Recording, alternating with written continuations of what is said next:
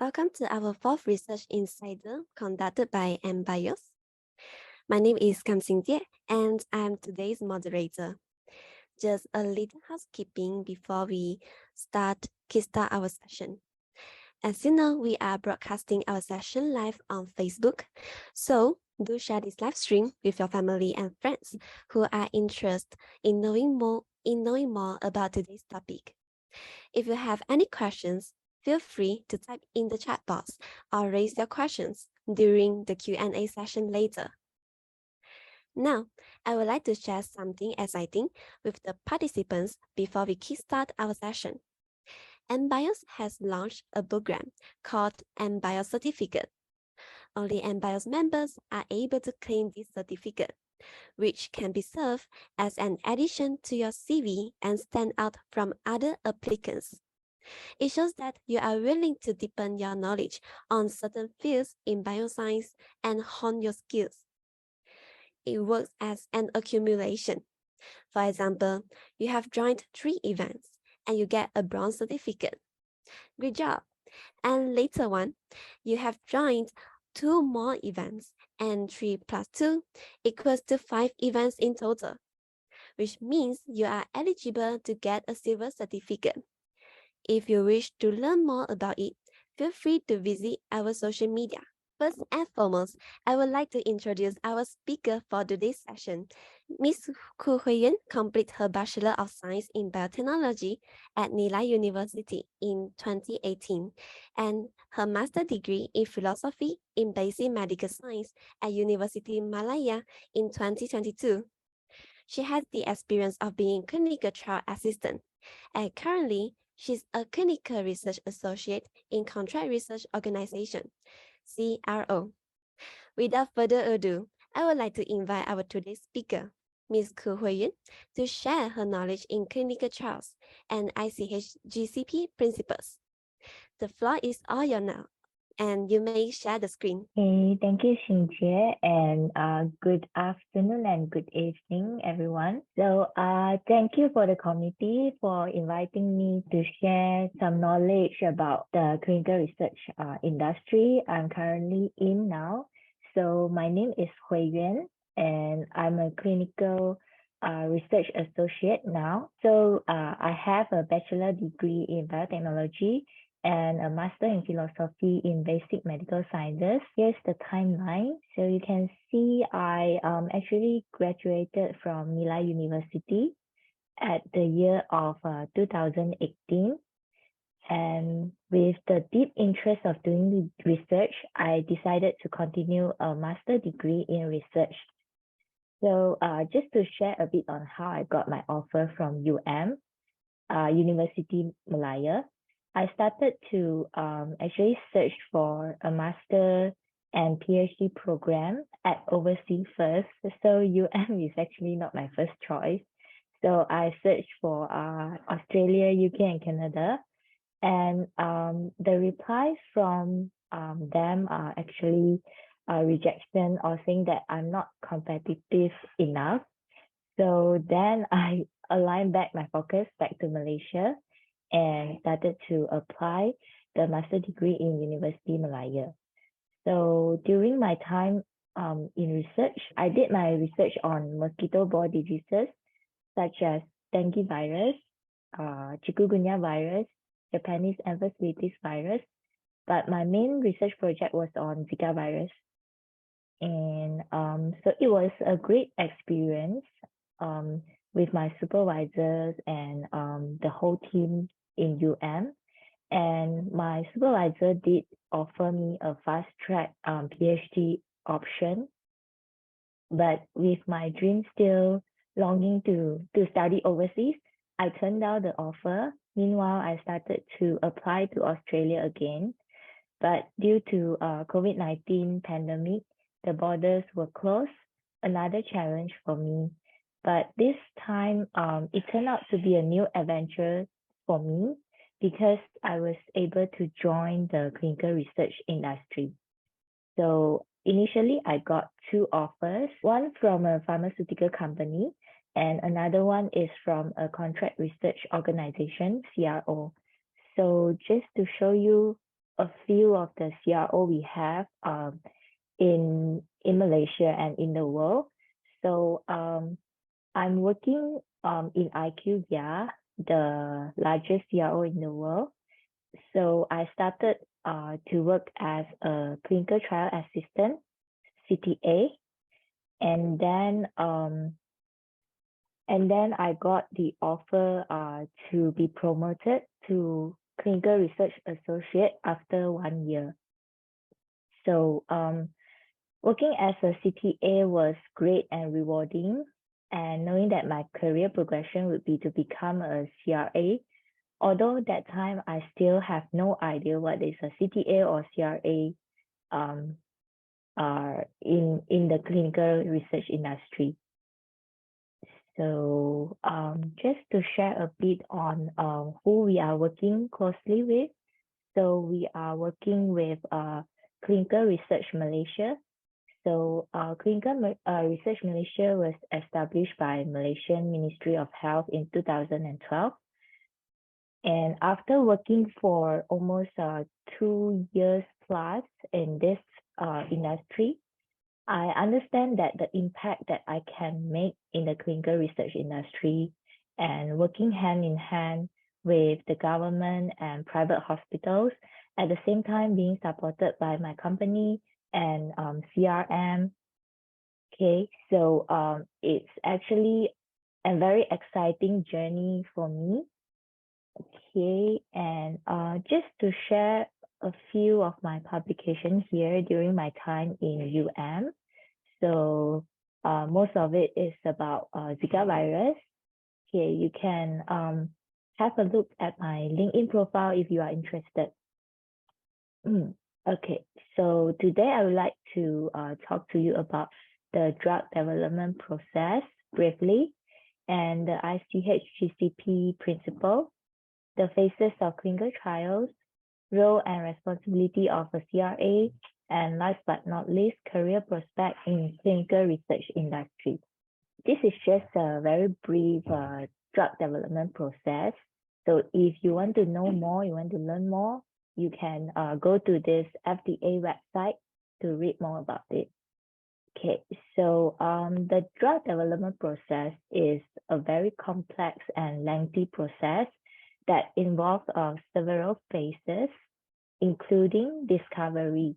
So this is where we are researching on certain compounds in the lab, and moving on is the preclinical research, where we test the drugs on animals, and then clinical research or clinical trials, drugs are tested on humans, and then regulatory review. So in this case, it's FDA review, but the whole process did involve our local authorities, say the IRB, Institute Research Ethics, and our MPRA, the I can't remember the long form. So it's our pharmaceutical regulatory authorities. Okay, and then this is the last stage, which is the post-marketing surveillance. So the clinical trial data will be kept for at least 2 years after the last approval of a marketing application. CRA also involved a lot on keeping all the data and the documents during the whole process for the clinical research or the clinical trial. Moving on is the ICH-GCP. So ICH stands for International Council for Harmonization of Technical Requirements for Pharmaceuticals for Human Use, and GCP is Good Clinical Practice. So ICH was originally founded in 1990. They are developed by regulatory and pharma industry authorities. So their purpose is their purpose of doing this good clinical practice guideline is to ensure safe, effective, and high quality medicine are developed and registered efficiently. So these are the guidelines that we have for Malaysia. So in the international GCP guideline, we have 10 principles, but in Malaysia, we have 13 of them. I will not go in depth into each of this, but just to let you know that the main focus or the main priority is about patient safety. Okay, so here is up to 9 principles. So in the next slide, I will talk about the 10 principles, which is also more related to the industry on how they help in and support in clinical research. Okay, so the 10 principle of GCP, which is all clinical trial information should be recorded, handled, and stored in a way that allows its accurate reporting, interpretation, and verification. So in clinical research, there is a common expression that if something is not clearly documented, it did not occur. In other words, the documentation must tell the complete story. Okay, so this principle are the most important things for a CRA to ensure data integrity. So if you are wondering how to pronounce this, I have wrote it here. It's ALCOACCEA. Some people, they just say ALCOA plus principles. Okay, yeah, so it's the purpose, just to mention again, is to ensure the data integrity in our clinical research. Okay, so the first one, attributable.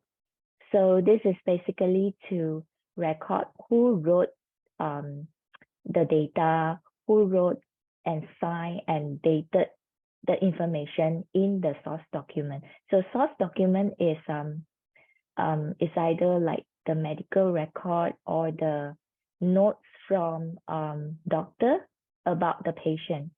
Okay, and then legible, which is the data should be readable after it is recorded. So in some cases, the document was scanned to us for filing purposes, but sometimes the image is not clear.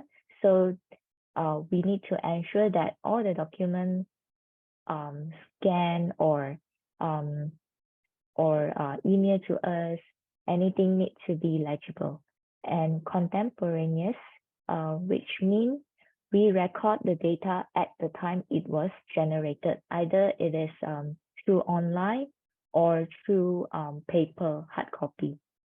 Okay, and next is original, data in its unauthored stage. So we cannot just simply do any modification on the data. We need to have the original data. If we want to make any correction, we need to make sure that that correction is attributable, which means need to write the initial who corrected or modified that data and need to sign it and date it. Okay, and next is accurate.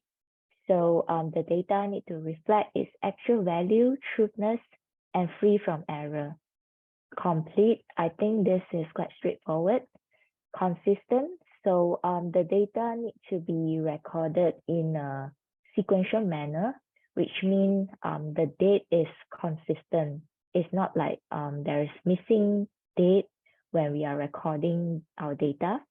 And enduring, so we need to make sure that the records exist for the entire period, which means the document itself should be either scan it and upload it into a system so that we can keep it for like very long time. And if there's any accident or anything happen to the document, we at least have a copy in another system. Okay, so this is what enduring means. And available for review at any time. So normally those CRA will review the data, the document, and sometimes we did have like inspection or audit from our regulatory authorities. They need to review the document, the data, and again to ensure patient safety. Moving forward to the phases of clinical trials. Clinical trials are an essential component of the drug development process. They are conducted in 4 phases, each with its own objective, design, and sample size. So in phase 1 trials are typically small-scale studies that evaluate the safety and the dosage of a new drug. And then in phase 2 are larger studies, and this phase 2 study, we assess on the effectiveness of the drug. And then phase 3 trials are even larger and aim to confirm the safety and efficacy of the drug. So normally in this stage, we will compare the new drug to an existing treatment, an existing drug that we currently already have in our market. Okay, and finally, phase 4 trials are post-marketing studies that monitor the long-term safety and effectiveness of the drug, which means after the drug has passed phase 3, moving to phase 4, this is conducted in the market itself. So we need to know the long-term effects on human of the drug. So now I will talk about the role and responsibilities of a CRA. So CRA play a critical role in the clinical trial process, and they are responsible for ensuring the trial is conducted in compliance with GCP guidelines, the Good Clinical Practice Guidelines. The protocol is from either the pharmaceutical company, the sponsor that developed the drug, okay, and applicable regulatory requirements. So mostly it's from the government itself, the requirements. And then CRA work closely with investigators. So investigator in this case is mostly the doctors, medical doctors, and then study coordinators, and other clinical trial personnel, such as pharmacists, lab assistant, research assistant, to ensure that data is accurate and complete. So you can see here about patient safety. So CRA need to ensure the rights and well-being of human subjects are protected. And about data integrity, this is related to the ALCOACCEA principle I shared to you just now. The trial data is accurate, complete, and verifiable from the source document. And moving on is the ethics and protocol compliance. So conduct of the trial is compliant with the protocol, GCP, and applicable regulatory requirements. Okay. So ultimately, CRAs are responsible to ensure the rights and well-being of human subjects are protected. So I will share a bit about the types of visit we have as a contract research organization. We will accept a contract from pharmaceutical company for the drug or the clinical research study that they want us to carry out for the patient in hospitals. So the first visit we have is called site selection visit. So in this case, we have a list of the hospitals, either private or government hospital. So CRA is responsible to determine whether the site is suitable to be selected for the study. In this case, CRA will visit a few sites and then will access their site staff, their doctors, and then assess their site's capability in therapeutic area. Maybe say we have like small lung cancer study. So whether this site is has the experience in this study, and then we also will assess their facilities and their recruitment requirements. So what does the recruitment requirements means is that whether they have the patient pool, whether they have the patient available, or whether they have the practice in how to recruit patients for the study. Okay, so this is the site selection visit. Okay, so after the site is selected, we will have this site initiation visit. So in this visit, CRA is responsible to provide site with all the training, knowledge, and supplies required to conduct the study.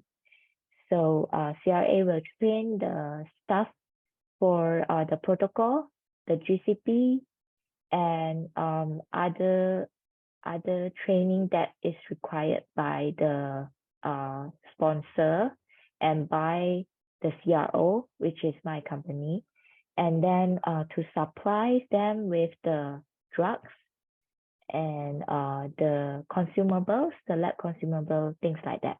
Okay. And then next is the site monitoring visit.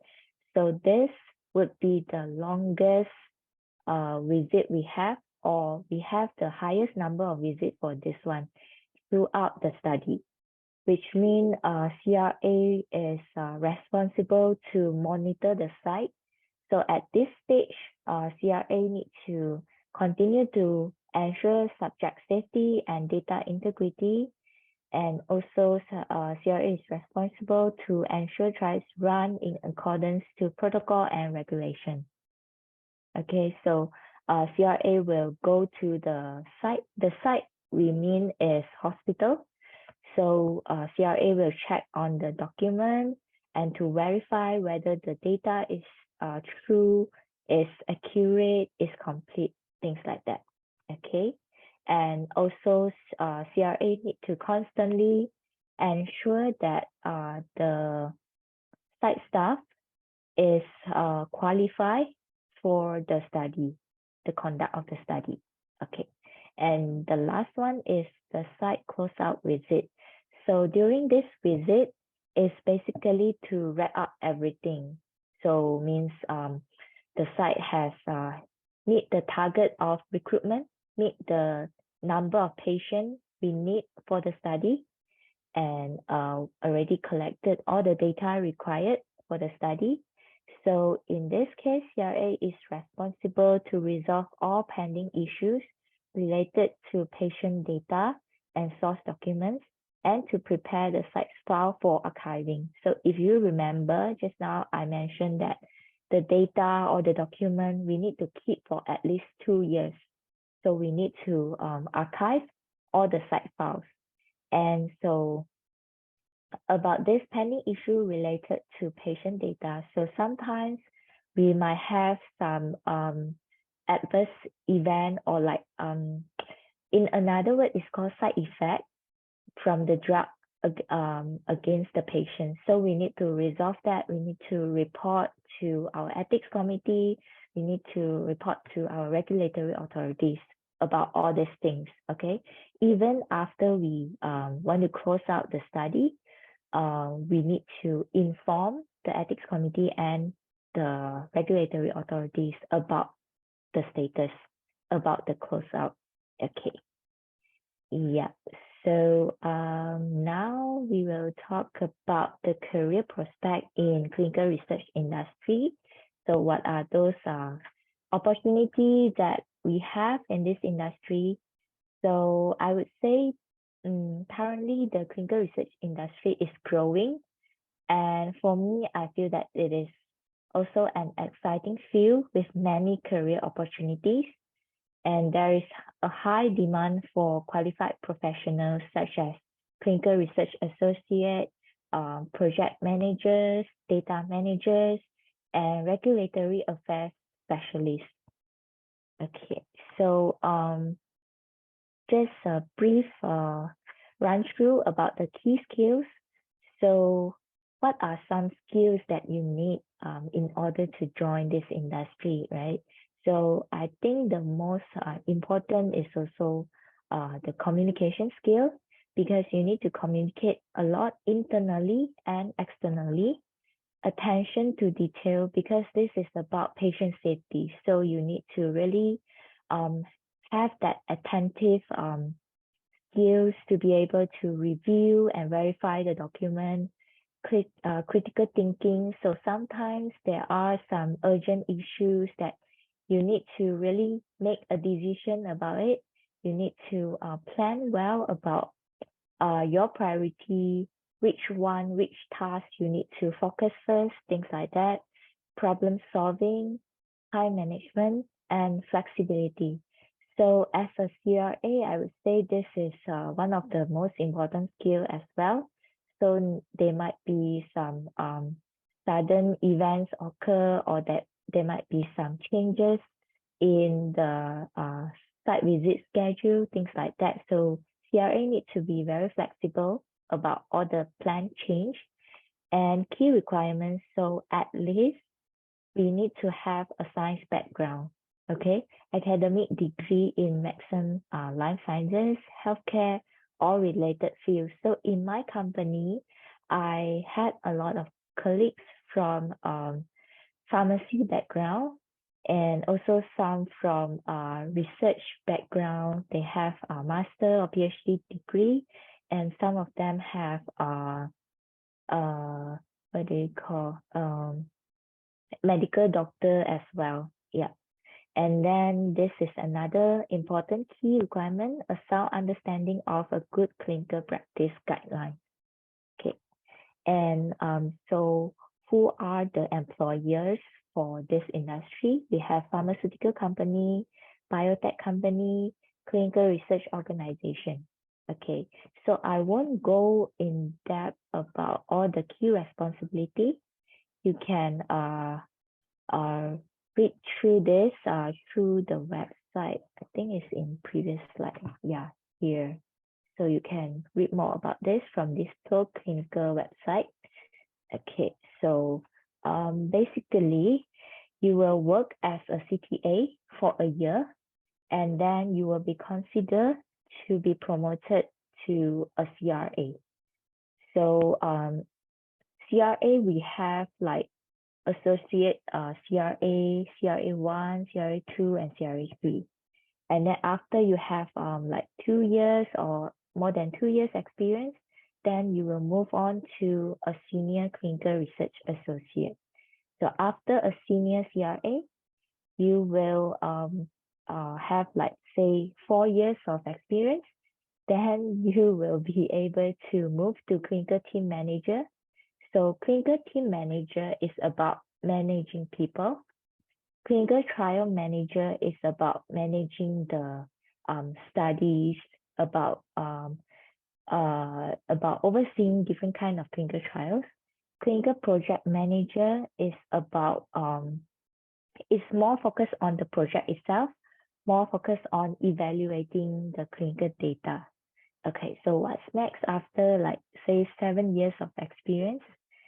So you can move into the director position. Okay, so this is also about managing people, managing the team, and this is about the clinical trial management and then the project management. Okay, so moving on, you can, after you have 10 years of experience, so basically you can be a vice president or CEO of the company. Okay, yeah.